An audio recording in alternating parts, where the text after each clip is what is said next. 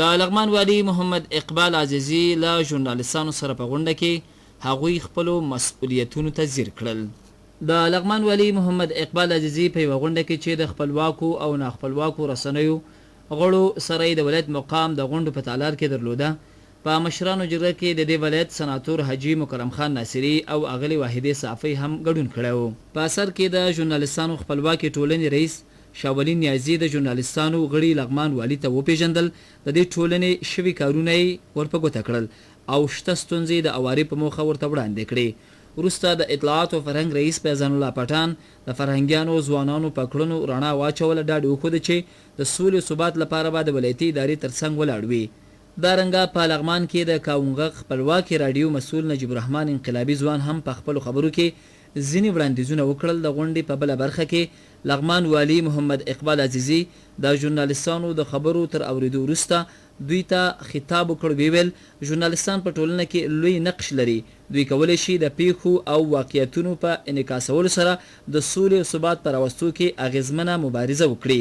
ښاغلي عزیزي ژورنالستانو ته سپارښتنې وکړې، زیاته یې کړه چې تاسو باید د خپلو رسنیو له لارې خپلو خلکو ته واقعیتونه روښانه کړئ څو خلک د سولې او هیواد دښمنانو په ورانکارو فعالیتونو ښه وپوهیږي او زموږ ځوانان بې لارې نه کړي.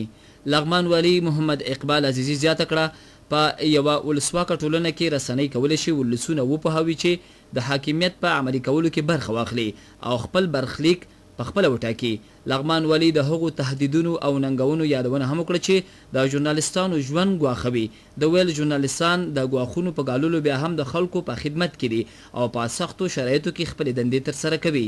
لغمان والي د مهتالام ښار د سلطان غازي بابا په ښارګوټي کې د نمرو په ویش کې ژورنالستان مستحق وبلل. زیاته یې کړه امکانات کم مګر غوښتنې زیاتې دي.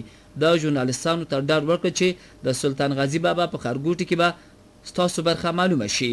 وروسته په مشرانو جرګه کې د لغمان د خلکو استازي حاجي مکرم خان ناصري له ژورنالستانو څخه خوښي وکړه چې د واقعیتونو په انعکاس کې زیار ایستلی. د لغمان والي محمد اقبال عزیزي خدمتونه یاد کړ. ویل ښاغلي عزیزي له خپل ولس سره نږدې اړیکې لري او په ستونزمنځو حالاتو کې د خلکو سره په غونډو کې د سولې او ثبات په موخه ګډون کړی دی. د ویل د مشرانو جرګې لغمان والي ته د ښو خدمتونو له کبله تقدیرنامه منظور کړې چې د مشرانو جرګې د رئیس په استازیتوب لغمان والي ته ډالۍ کړه او ورته په چارو کې د لا زیاتو بریالیتوبونو هیله وکړه. په پای کې د ژورنالستانو په استازیتوب د لغمان د ملي راډیو او سیمهیز تلویزیون د نشراتو مدیر الله تلاش د لغمان والي د وینا تایید وکړ. ډاډ یې څرګند کړ چې د لغمان ژورنالستان به د خپلو رسنیو له لارې د پیښو انځور په رښتینې توګه وکړي، د سولې او ثبات په راوستو کې خپلې هڅې به ونه سپموي.